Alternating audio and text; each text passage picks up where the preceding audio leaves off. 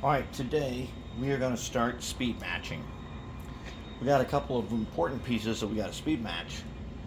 And the only way we're going to do that is I'm going to have to show you how I speed match. Here's the thing, the secret to speed matching is, as you can see, I have two locomotives on two of the three tracks that come out of the workbench.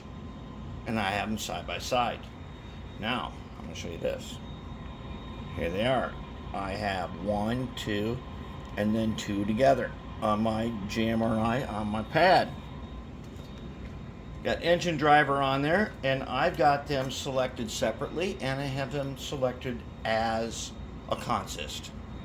So let's go ahead and run them as a consist. And it doesn't work if you don't go off if you go on curved tracks, but we got like 6 feet here.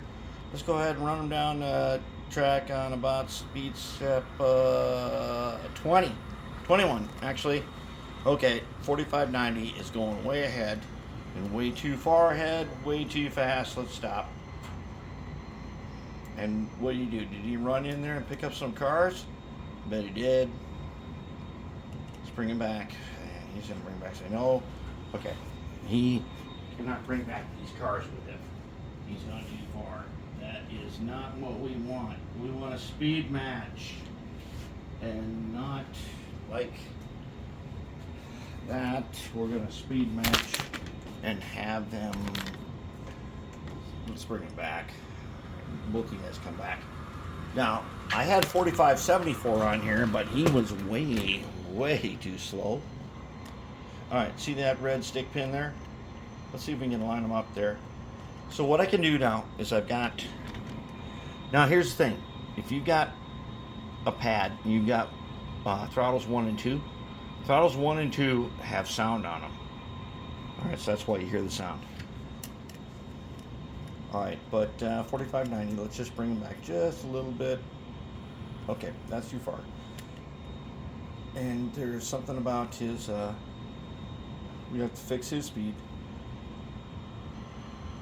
Because he doesn't have control like that guy. He doesn't have the same control. Okay, they're about the same. They're close enough to be the same for this because one of them's way faster. Alright, so what you do is you got them both selected, right?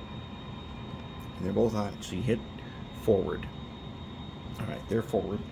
Alright, so now they're forward. Now we're going to run them up to speed step like 10. 10. There's 10. And 4590 is taking off way too fast. Way too fast. So there's, we're going to stop them and bring them back.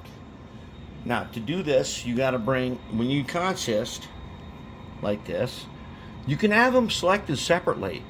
But if you want them to act separately the way you want them, you need to make sure that if you're going in reverse, set the consist to reverse like that, and then go ahead and use the individual locomotive and reverse them. Here he comes back. Bring him back to the stick pin. There he goes. Good enough. And then we can bring back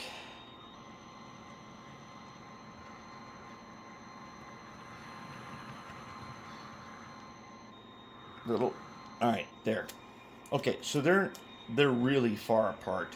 And I had 74 on here, but turns out he had a bunch of shorts in him, so we had to fix them. All right, so I'm going to show you one more time. We're going to move them both ahead forward. So there they are consisted, and we're going to do both of them on forward. And 90 is way faster than 72. 72 is way faster than 74, which is currently at the drying station, because he had some shorts and we had to put some electrical tape on him. So let's make him up. Let's go speed step 4. Look at that. 90 takes off.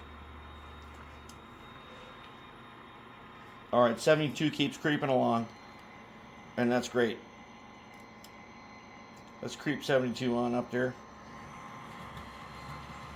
Well, he's not creeping, that's for sure. He's going fast. Let's reverse him, bring him back.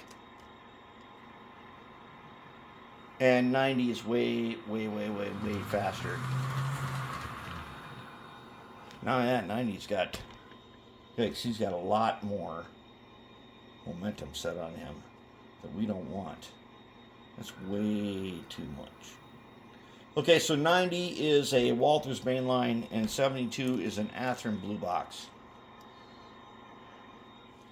So what we got to do now is we got to work them in JMRI and figure out, first we got to figure out which one is going to be the baseline. And that I haven't figured out because we got 74, which isn't out here, because 72 was so much faster. So we got to figure out a baseline, and we'll figure out a locomotive that should be the baseline, and then we'll come back and we'll do it again. But that's the secret, is to have them tracked side by side, and then consisting, and having them on separate throttles on a pad. That's the secret to speed matching.